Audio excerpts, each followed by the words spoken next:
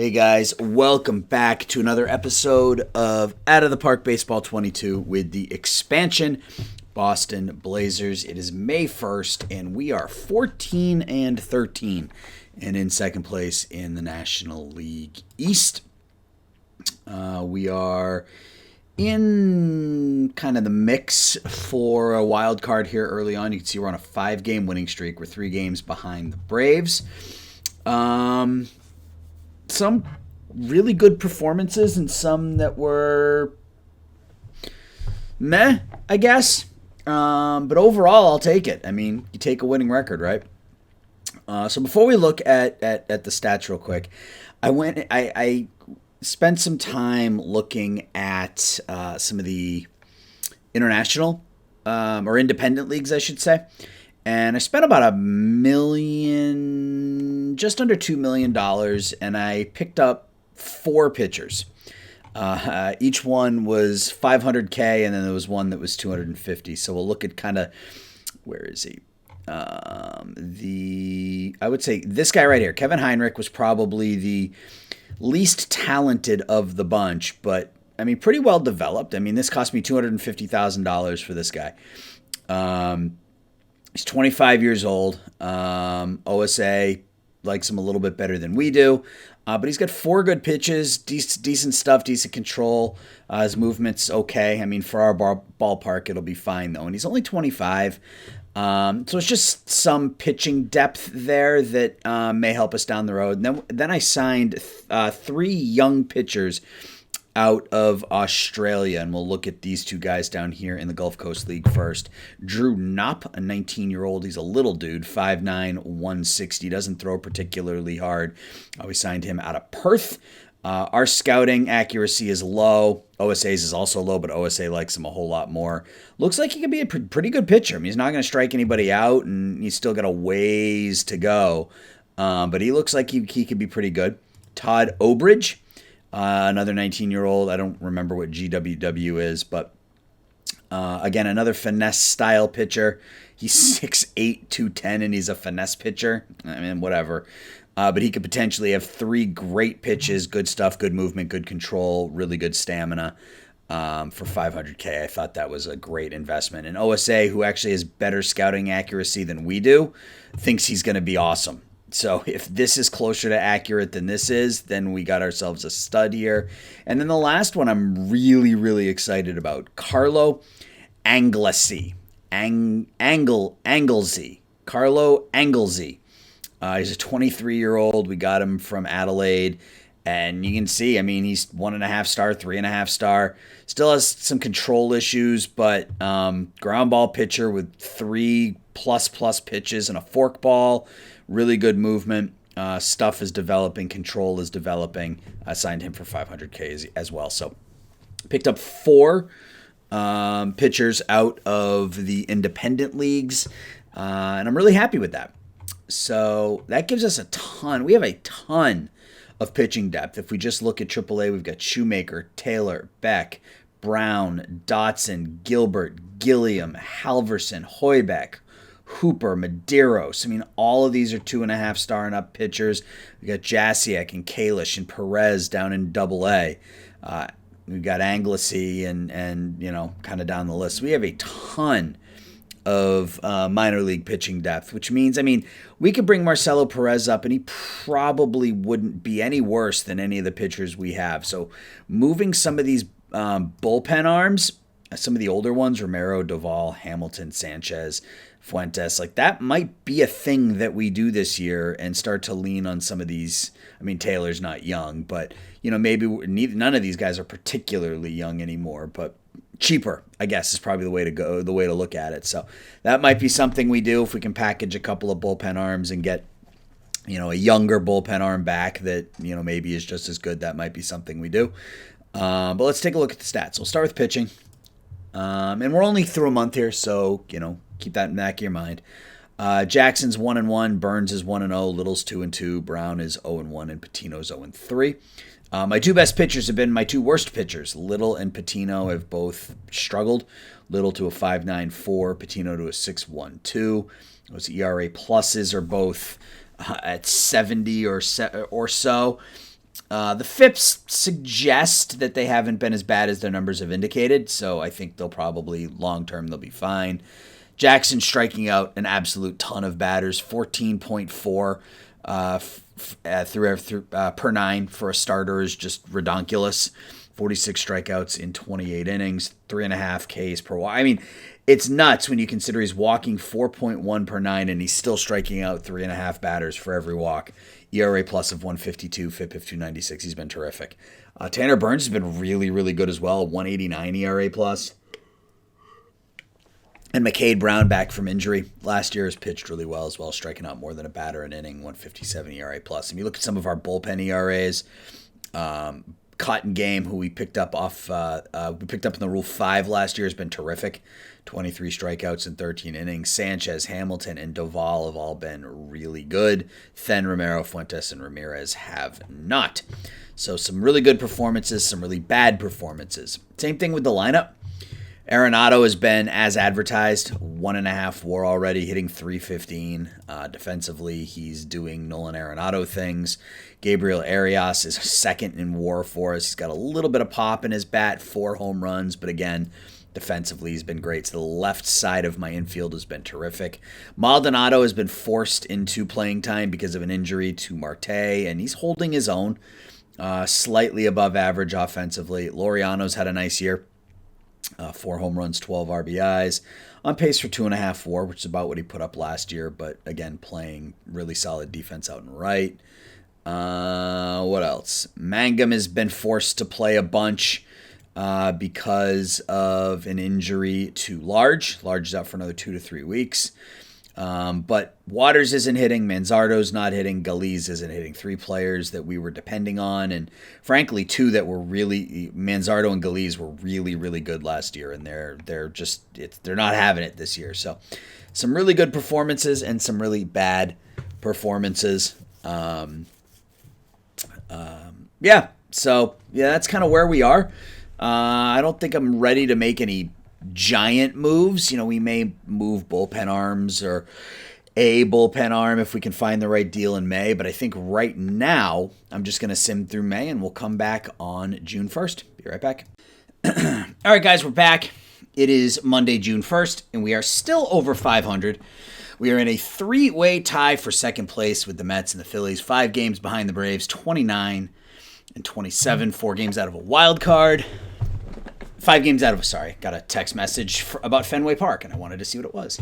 5 games out of a wild card, 5 games out of first. You look at our overall stats. We're not really hitting. We're kind of middle of the pack pitching. We're not very good. I mean, we're just not a very good team still. We have some pieces, but we're just not a very good team still. We did finally get Jody Large back. He's in the lineup. Noelvi Marte came back for 2 games after missing a month and got hurt again. So he's out for another month, which sucks. It really hurts his development, losing almost the entirety of the first half of this season. We did make one trade. We used some of our pitching depth to improve our offense a bit, both in the immediate and down the road. So I'll find it here. We sent Ian Hamilton, who's now 30 years old, 30-year-old Ian Hamilton, and pitched really well for us this year. 1.93 ERA in 22 games, along with Peter Hoibeck, who was a draft pick of ours. 23 years old. He looks okay, but we've got like 4 pitchers that are like this, so I thought it was okay to make the deal, along with John Cuevas, who's a 20-year-old 1-star pitcher.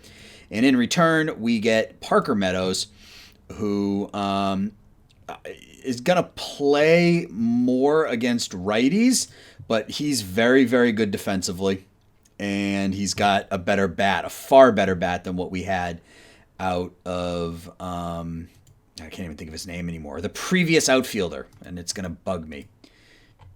Where is he? Mangum. Better bat than Mangum. And defensively, they're about even. And we also pick up George Wolkow, who was somebody I had looked at previously. He's not hitting particularly well in A-ball so far, 1 for 27. But I like his ratings. You guys know that I'm, this is kind of my type, the high gap power, high home run power, high iron discipline. I don't know if he's ever going to field enough, but if he hits, we can find a spot for him. So Hamilton, Hoiberg, and Cuevas to the Tigers, getting Parker Meadows and George Wolkow. And Meadows has done really, really well so far. 11 for his first 22 with us, so that has worked out nicely. We signed Ramon Laureano to a 2-year, $10 million contract extension. 5 years next year, and then 5-year player option the year after that. He's hit the ball quite well this season. 274, 338, 528, and 866 OPS, 131 OPS plus. It's on pace for 40 home runs, 120 RBIs, and almost 4 WAR while playing elite defense. So felt that was well worth it. Let's see what else. What else? Money is a little tight, but we're revenue per game is up a tiny bit. Fan loyalty still sitting at 90. What else do we want to look at real quick before we go forward? Arenado's kind of holding steady. 280, 335, 455. OPS plus is over 100. Still playing great defense. Large, like I said, is finally back in the lineup. Still looking for that first big league home run. Still looking for some improvement out of that eyes. So, I think he's probably a better number 2 hitter than he is a leadoff hitter, but we don't really have a leadoff hitter right now. That may be something we look at in the offseason. Manzardo's starting to hit. He hit much better in May than he did in April. You can see 311, 964 OPS, 5 home runs, 14 extra base hits in May. He was really good in May.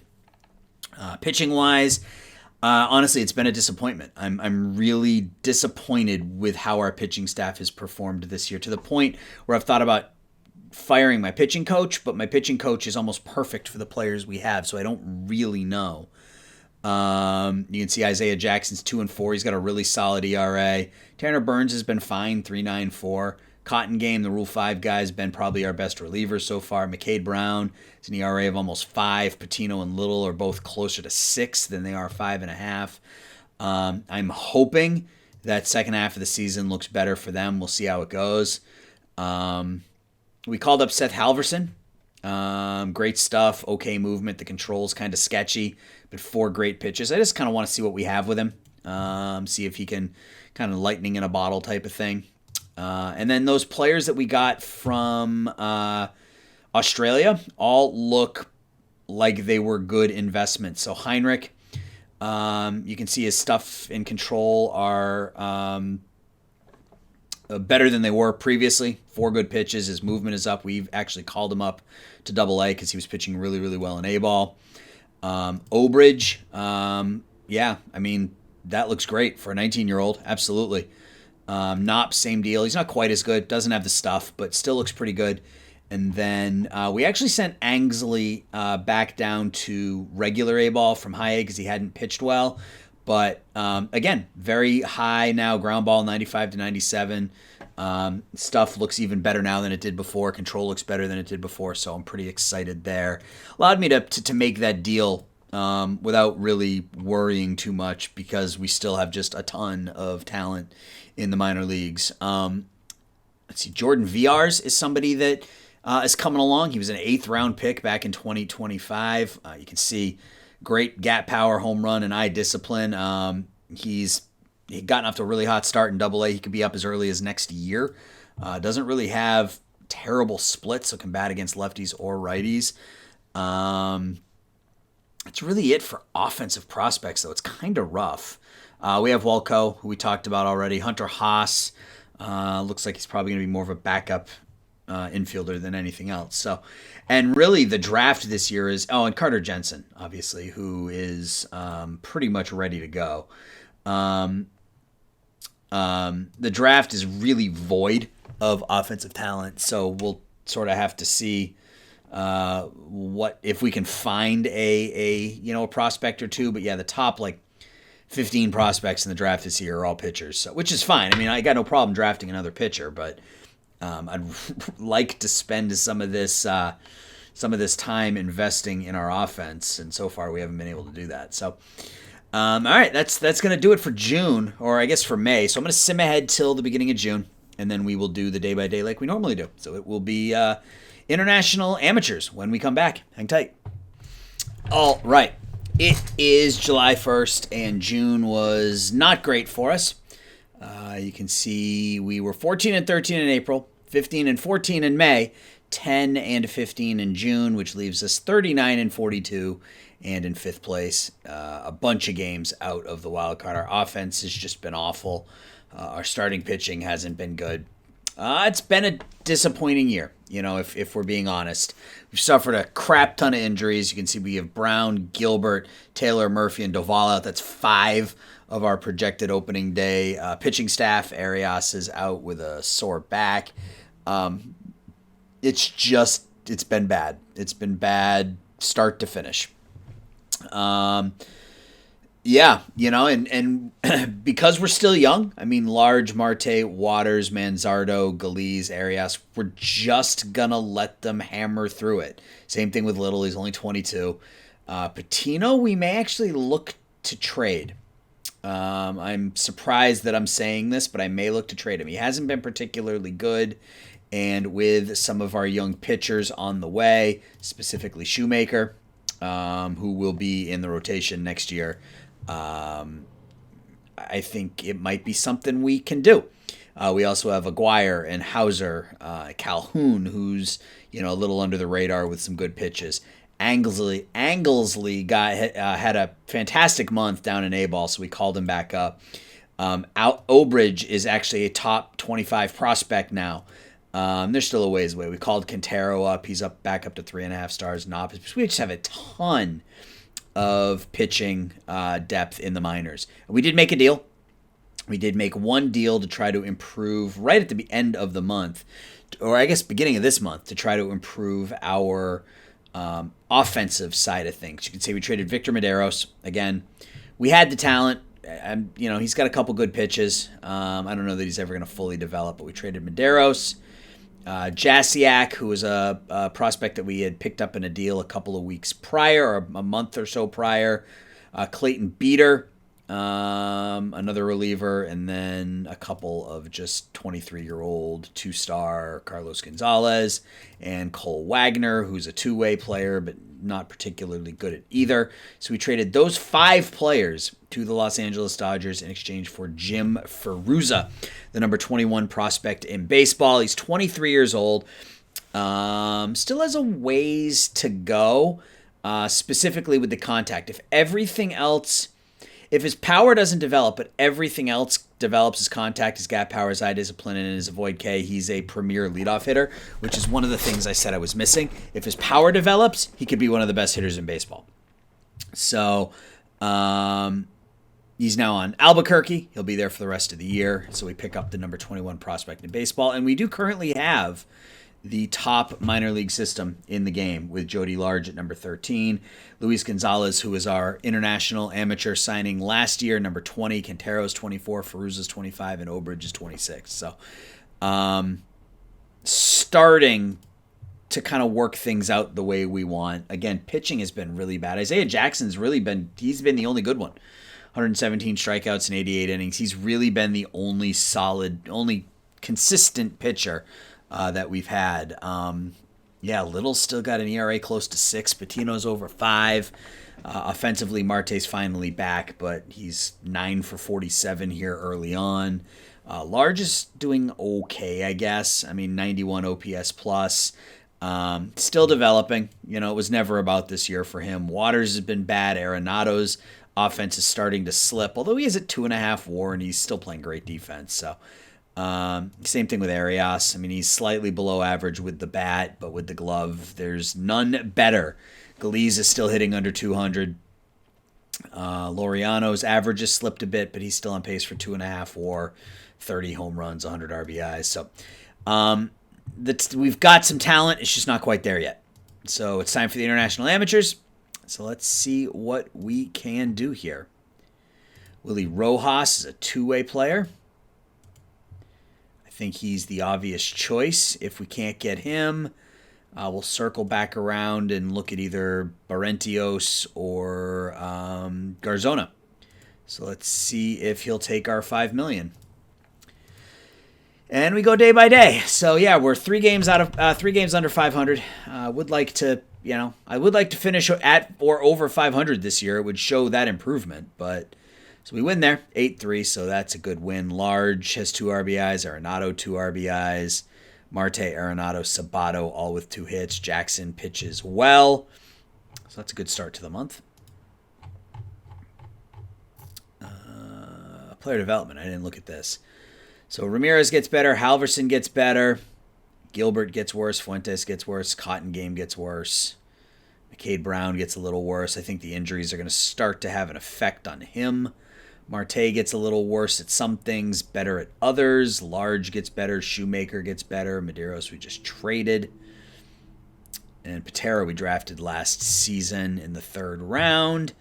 Not pitching particularly well in AA ball, but kind of that high ceiling or high floor, low ceiling kind of guy. So, all right, let's keep going.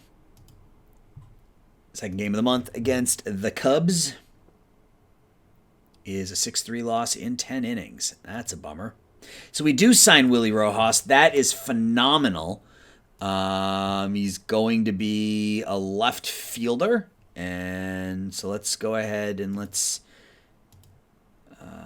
I guess we can't do anything until we call him up. So that's cool. All right, awesome. That makes me happy. Game 3 against Cubs. Back to 3 games under 500. And we win again. So we take 2 out of 3 from the Cubs to start the month. Laureano 2 for 4, 3 RBIs. Largest 2 hits, 2 runs knocked in. Arias 2 hits, 2 runs scored. Beck gets the win. 7 1/3. And we take on the Braves. And I fully expect us to get swept here. There's the first loss. There's the second. And there's the third. So we're now 5 games out of first place, or 5 games under 500. We will sim up to the draft. We'll do the draft, and then we will see about trading some players who won't be back next year. 4-0 win against Pittsburgh. 2 RBIs for Laureano, couple hits, couple runs scored for Manzatto. Little with his best start really since his no-hitter last year. 8 innings of 1 hit, no walk baseball, striking out 10. That's a huge game there for him. Game 2 against Pittsburgh. And I haven't been able to string anything together. See, it's win and then a couple of losses and then a couple of wins and then 3 losses. And then we have not been able to string anything together at all. So this month we are 3-5. Can we take the series against Pittsburgh anyway? That would be nice. We can. We win 5-4. So we take 2 out of 3 against the Cubs, 2 out of 3 against the Pirates, and then we get swept by the Braves in between. So Large, couple of hits, couple of RBIs. Parker Meadows, 3 for 4 with a home run and a double. Burns gets the win. Then gets the save. Let's just click through the game. So we lose 7-3, because of course we do. And it's time for the draft. First year player draft. All right, let's get to it. And let's just actually, you know what? There were like 6 or 7 really good pitchers, so I just want to watch them all go here early. So here's the first, Pat Stubert. Next one is Walt Schmouch. It's a great name. Schmouch. There's another one, Bobby Stewart. That's the one I was hoping for. There's the next one, Mike Weber. Danny Pooch Waterman now goes. Here comes the next one, Las Vegas, Joe Ford. He's another great one. You can see it's just pitcher after pitcher after pitcher after pitcher. Here comes the Orioles, Josh Zippy Meyer. Wow, he's good. What's left? So Leighton Morrissey, Mitch Wallace are the 2, and John Soto. So there's still 3 left. None of them are going to get to me. There goes John Soto. There goes Mitch Wallace. John Frolick Deniston. So we've got, what pick are we on? The 11th pick. Yeah, so Morrissey's going to go. Chris L. Niato Wall. So here we go. This is it right here. So the Brewers take Leighton Morrissey. He's not even that good. And that's the worst part. He's not even that good. My guess is they're still going to take him. Oh, Jimmy Solheim. Okay, so they took the first batter. So I think Morrissey's the pick. He's 21, has 3 good pitches. That 4th will never develop. Good stuff, good movement, good control. I mean, I think that's the pick unless one of the batters developed between the last time. Yeah, it's just an awful offensive draft. And that's who they think we should take as Leighton Morrissey. All right. Yep, it's just an awful draft for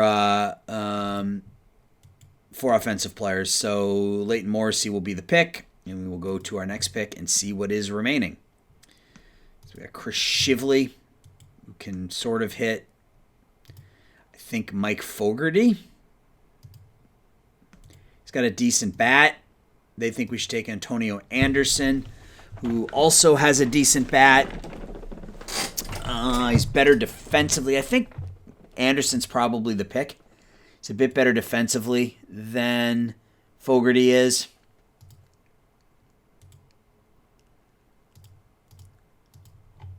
So we still have a couple of those stud relievers.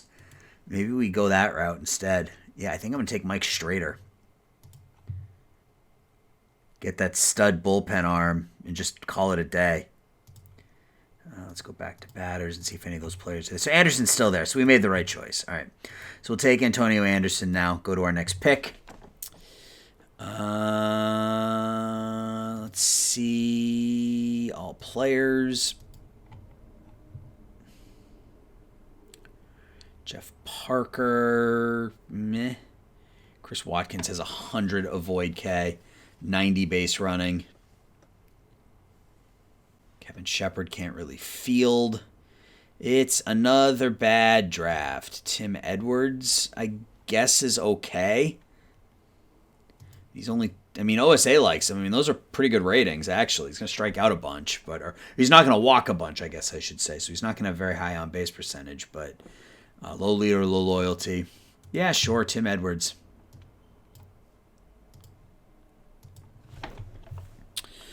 Jeff Parker, meh.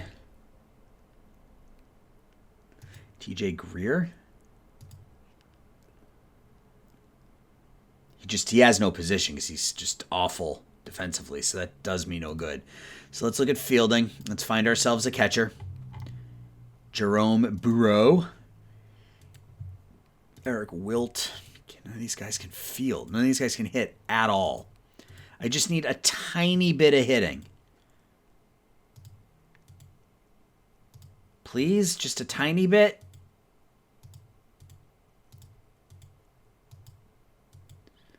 Ugh.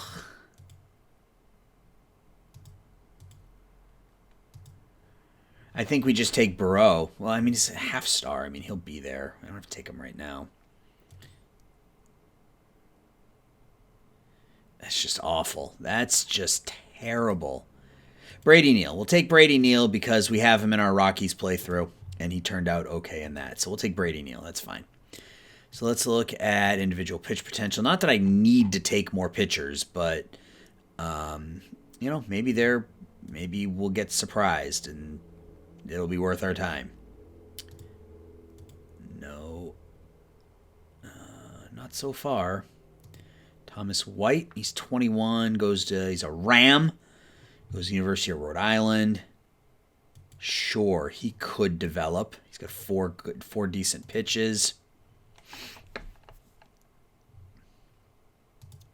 Charles Batista at age 20. Sure, why not?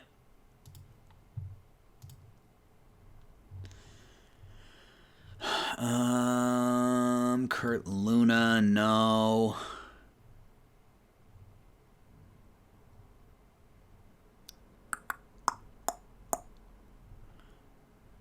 Sixty-seven. No. All right, that's it. Let's go back to batters real quick. Another fairly disappointing draft. Although we got another really good arm. You can't complain too much about the arm that we got. But just another meh kind of draft. Just another meh kind of draft. So let's look at just batters. Joe Hale, sure, good defensively, has some speed, and that's going to do it. So 8 rounds is enough. We will let the AI do the rest.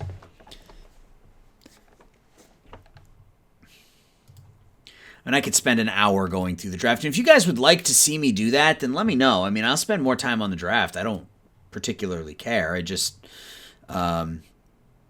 you're looking at the difference between two one-star players to try to determine who the best player is for your team, So I'm not overly picky about it.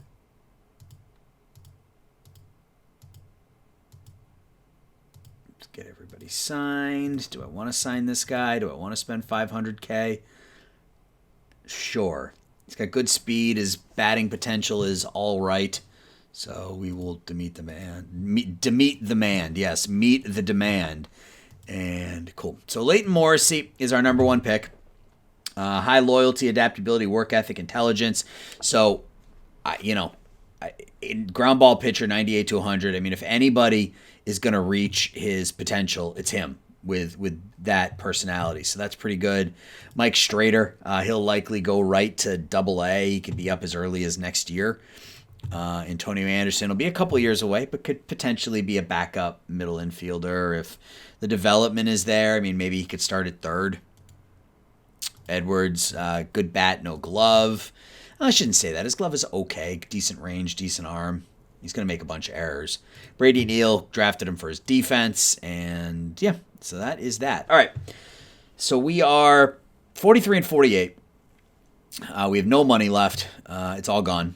It's all gone. We're still paying Vlad Guerrero for another 3 years after this one. So it's going to be a little brutal. Our salaries jump up to $110 million next year. So let's really take stock. I mean, I think Patino is somebody that we could look to move. Arias, maybe. I don't want to move him just yet, but I mean, he's a 3-win player. He's going to be asking for almost $10 million, and we're going to be bad. Arredondo is going to be gone. He's hitting, but I'm not paying a backup catcher $3.5 million right now. Isaiah Jackson, his ARB number hits. Marte's ARB number hits. So, our payroll is going to start to jump up. So let's just see. Let's see what we can get for Luis Patino.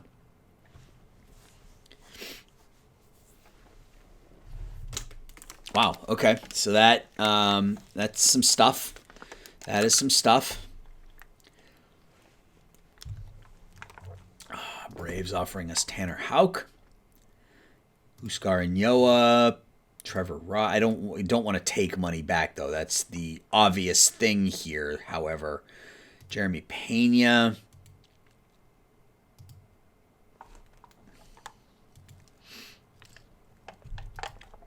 Andrew Abbott's pretty solid. ARB eligible. Hasn't had a good year this year, though. Owen Miller. I mean, maybe we make a mega deal and we see what we can get for Patino and Arias. Elkers Olivares, no.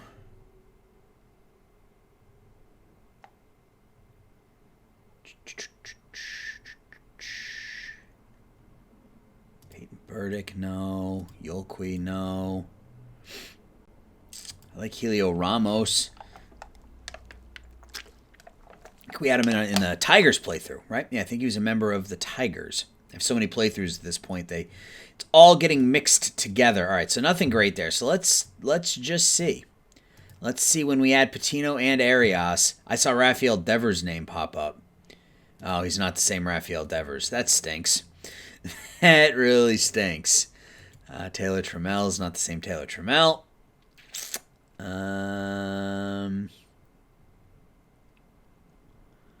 Kumar Rocker. Yeah, he's not the same Kumar Rocker. Casey Mize is signed long term. He's not particularly good. Elledge is hurt. It's not going to do me any good.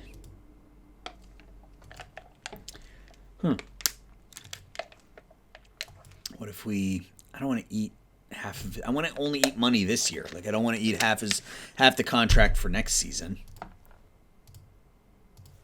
Let's see if that does anything. Ow.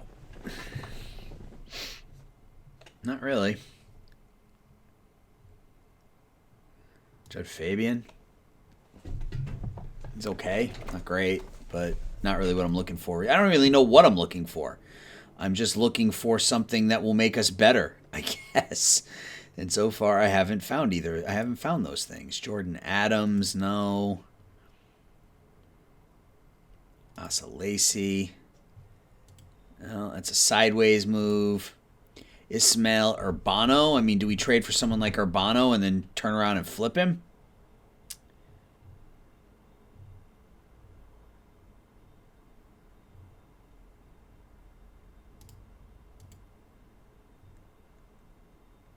Rodriguez is hurt. All right, what about just batters?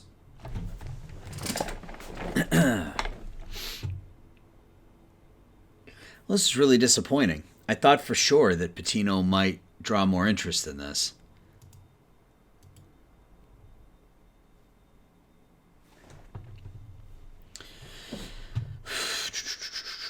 Dalton Varsho, no. Juan Collado, I believe, was a good bat. Yeah, good bat, can't field. Really a pretty good leadoff hitter, but he's already 27. And if he was 24, I would make that deal. Bryce Terang, no. Oh, excuse me. Trade for Anthony Volpe. Volpe. He's not quite as good a defensive player as Arias, but probably a bit better offensively.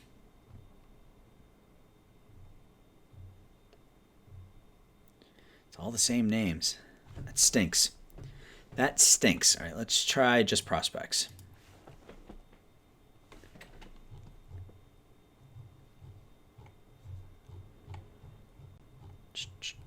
Nothing. Well, that sucks. Okay. Is there anybody on the trade block that's interesting? Nope. Thought maybe there might be, a young-ish type guy who isn't making a ton of money. But I mean, I guess why would those players want to get traded? Why would they want to trade those players, right? Why would they want to trade a young, talented player who doesn't make a lot of money? It's kind of silly on my part to consider, but I don't know. Can't hurt to look. What about pitchers? Anything? No, it's all what you would expect.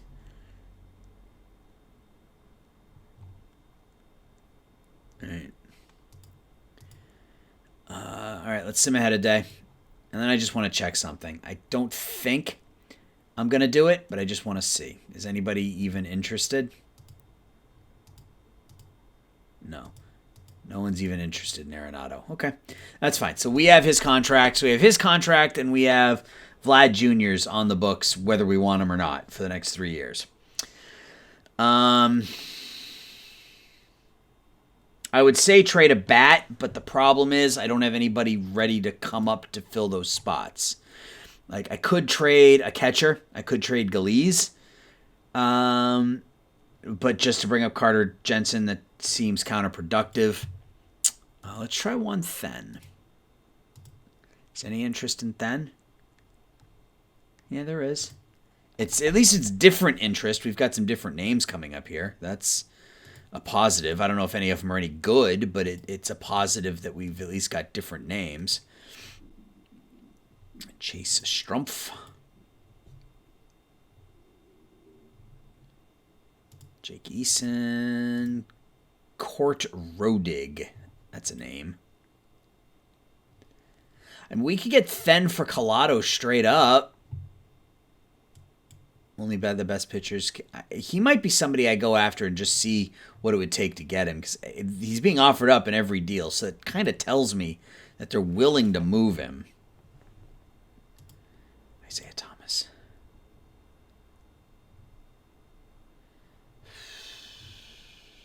It's disappointing.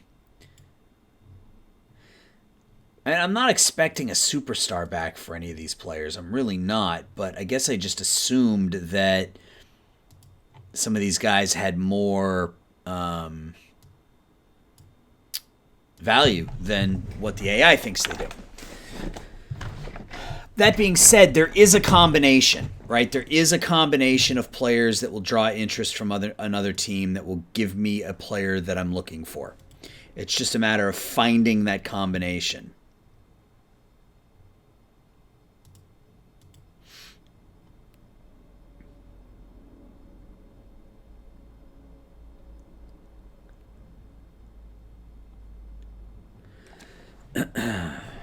Pete Alonso.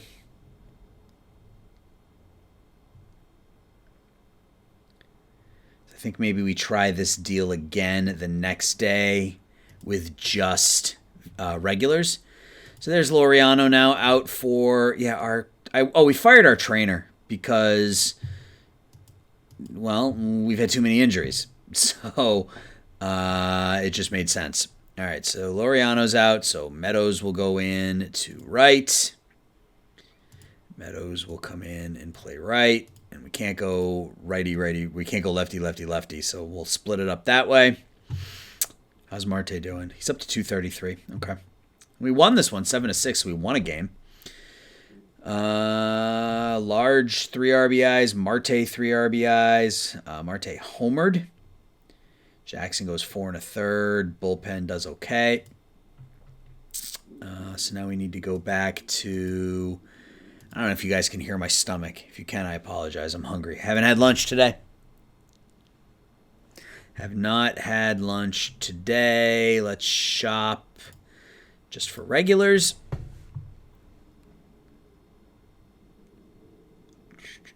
O'Neal Cruz. Nope, he's not that good either in this version.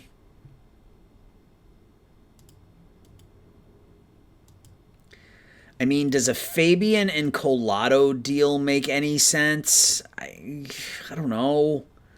I mean, they're not bad. I mean, what would we do if we made a deal like that? I mean, we wouldn't... Like, I'm not sticking Fabian in center with Large there. We could put him in the outfield someplace. We could put him in left, put him in right. He could play either position without any trouble at all. Offensively, I mean, maybe we can make something happen with Colorado. We might have to turn this into a much larger deal than I anticipate. So we'll, something to consider here as I scroll through the rest of these names. And it's all the same names that were there previously. All right. So let's go here and let's talk to Colorado. So Fabian, Collado. All right. But if we do that,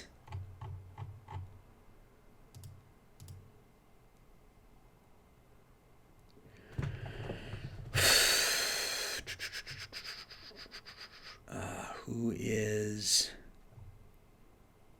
our left fielder's Drew Waters, and he's been pretty terrible. So if we add Waters to this,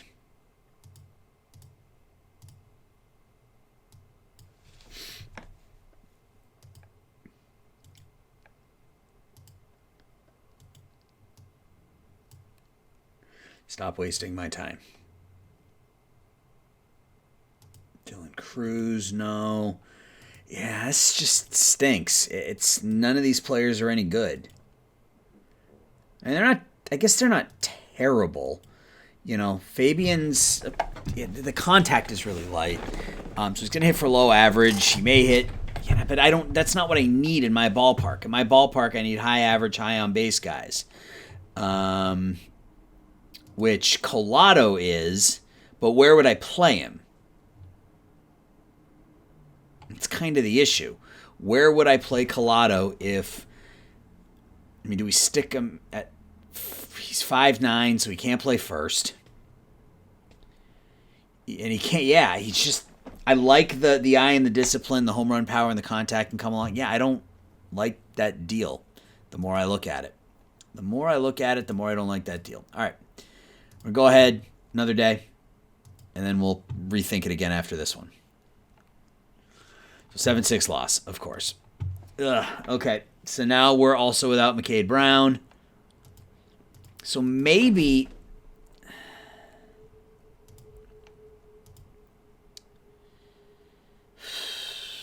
So Then's going to want 2.2 next year. Arias is going to want 8. Patino's going to want 12. So Patino, Arias, Marte is going to want 4. Jackson's going to want 5. Arredondo's going to want that, and I'm not going to pay him that. So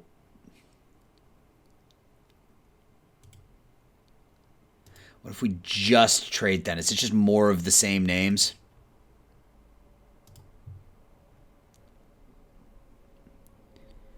A couple different names. Caden Grenier, Anthony Servito, Zephyr John. He's fragile.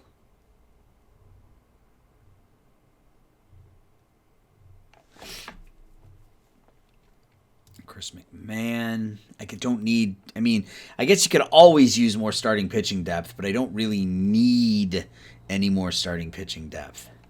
I would rather find a hitter. But there just aren't any. There just aren't any that anyone's willing to give up.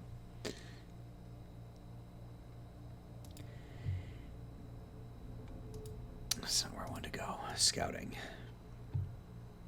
Defensive marble, quick runner, drawing walks, average major league starter. So what if we Volpe and... So if we remove him... So Waters, Then, Patino, Little, and... Okay. I mean, I wouldn't be averse to giving up Patino if that means we can get something good or something decent in return. They don't have anything decent. Their minor league system is garbage.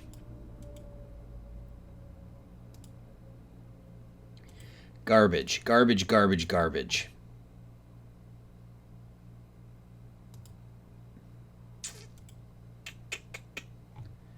Yep, garbage. And I don't want garbage. So let's do this. No, it's $1 million. It's nothing. And for some reason that changes the return. Because of course it does. This game is confusing, man.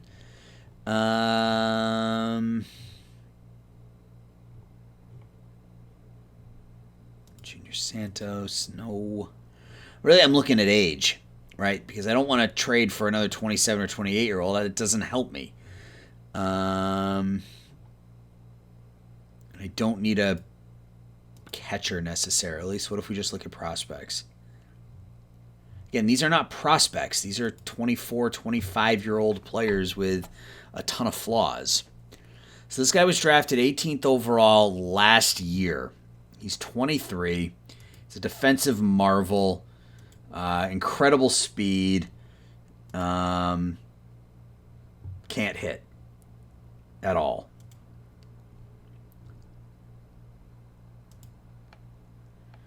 Frias, good eye. About it. Yanquiel Fernandez has got some pop but can't field. Josh Kasevich, no.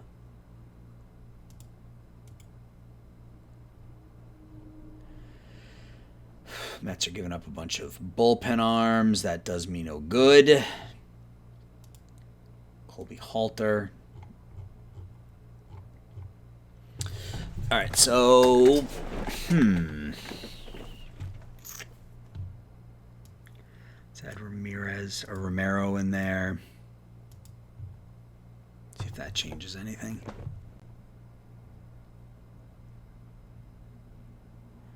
That's the center fielder, can't hit. If he was 21, I might make that deal because you just don't know if he's going to develop. But at 23, I don't think we're getting anywhere with that.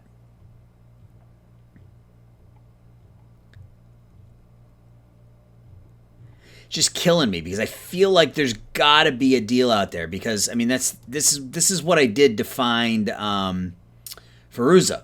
It just took me forever, but I just went not team by team, but I basically just threw players up there until I found something that was interesting. And we got to come up with something because the loyalty's dropping, or fan interest is dropping, and our payroll is going to jump up next season. So these next couple seasons could be rough if we can't sort this out here soon.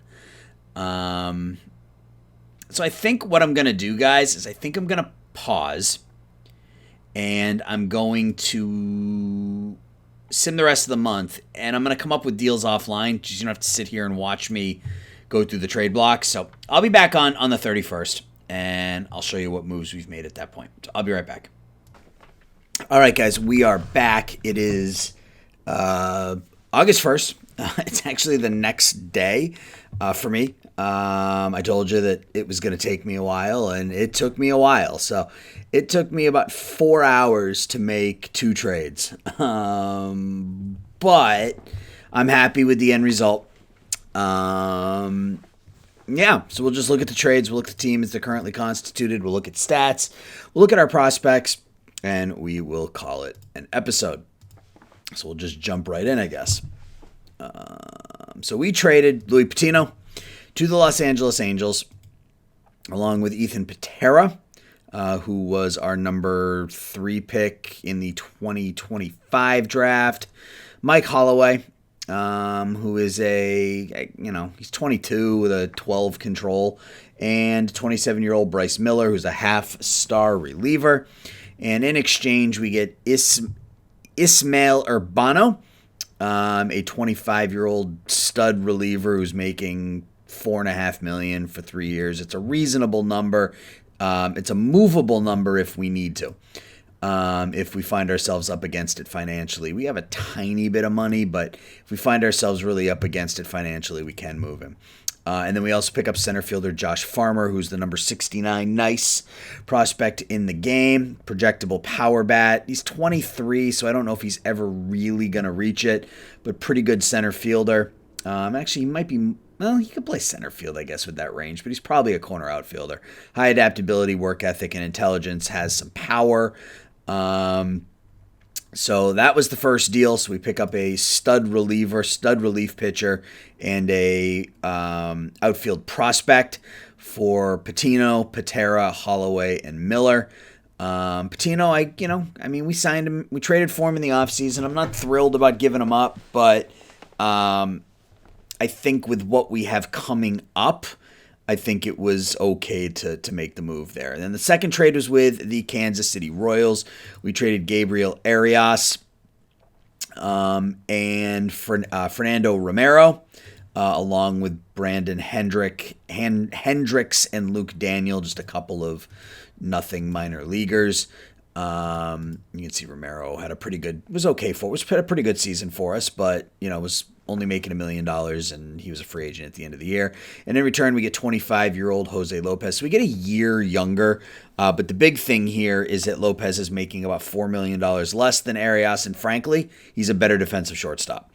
The arm isn't great, but the range, the error, and the turn DP are all better, as well as the bat. The bat's actually better than Arias as well. Arias has a 53 home run power. Lopez is at a 50, but everything else on Lopez is better. So, and he's making 1.2 in ARB.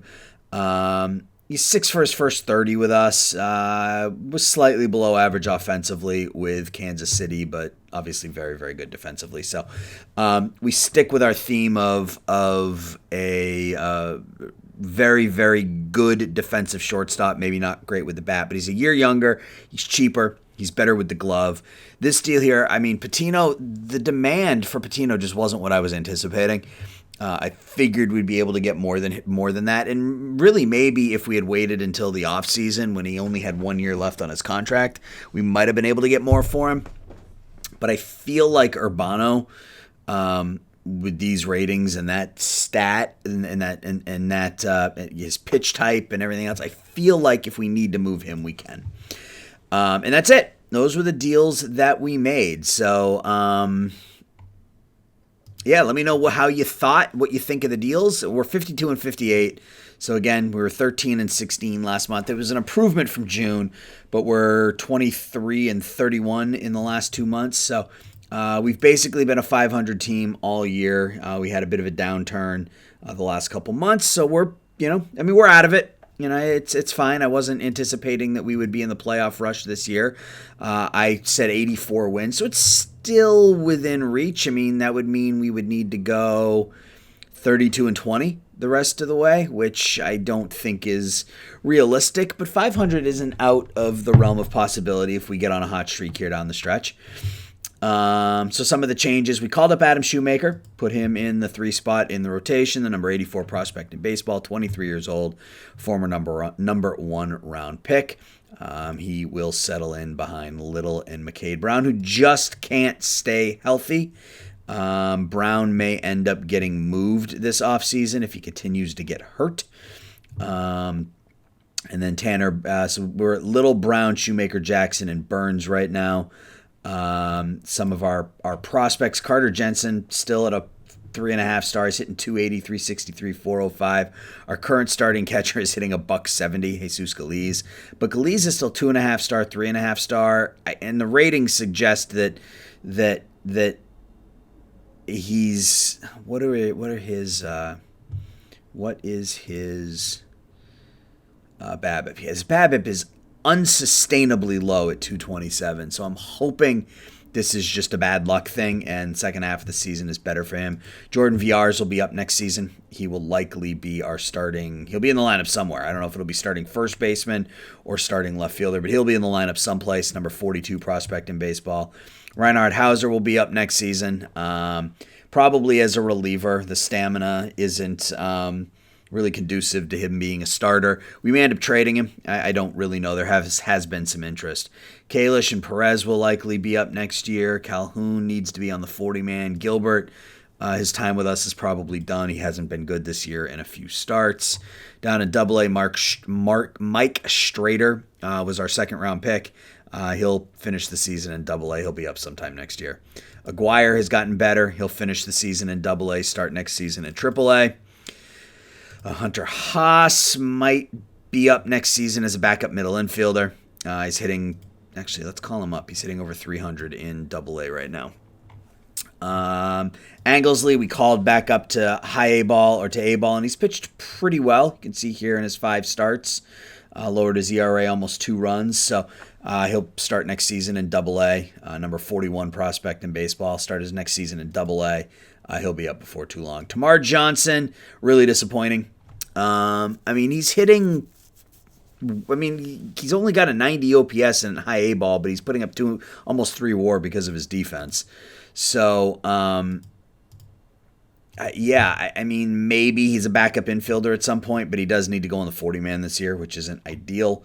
Leighton Morrissey was our number 1 pick this year. Has made 3 starts and has been terrific. Ferruzza we picked up in a trade back on July 1st, and he's hitting really well in low A ball right now. In fact, let's give him a shot in high A. Wolko, we also picked up. He's not hitting yet, so he will stay where he is. Antonio Anderson was a draft pick this year. He's been fine. Hasn't been great, but he's been fine. Josh Farmer, who we picked up in that trade. We have him in low A right now. In fact, we should probably call him up to A ball because he's 23. Cantero has been good now that he's finally pitching. 4-2, 2.72. Knopp was one of the Australian guys that we picked up, and then the other Australian guy I think is hurt. Obridge, yeah. But he looks pretty good as well. So that's a minor league thing. If we take a quick look at the stats, Christian Little, his bounce back season's coming along here. He's up almost 2.5 WAR, FIPS under 4, ERA plus is up to 94, so he's getting there. Tanner Burns has actually been the biggest surprise. 1.5 WAR, 3.6 ERA. He's not striking anybody out, but 1.19 ERA plus. Isaiah Jackson has had a good year, 3.65 ERA. He's only 6-8, but it's not his fault. Striking out 12 per 9. Urbano we just picked up. Then has pitched pretty well. I ended up not moving him. That may change in the offseason, depending on his ARB number, because I don't need 2 expensive bullpen arms, so one of these guys will likely go next year. Cotton Game was a Rule 5 guy for us. and he's 84 strikeouts in 56 innings. We talked about Brown and how he can't stay healthy, and the rest of the bullpen has been meh. Offensively, Arenado, average is way down to 247. His OPS plus is under 100, but he's still defensively playing great, which is why he's at 2.5 WAR. We're not a good offensive team. Noelvi Marte is back, and he's hitting the ball, and he's staying healthy, and that's nice to see. So he's performing a bit here. Jody Large, 288, 330, 410. He's dead league average with the bat, but still has a ways to go developmental-wise. So I think next year will really be a breakout for him. Parker Meadows has hit the ball pretty well since coming over. He can make do as a starter for the time being, as my phone keeps going off, as per usual with my videos.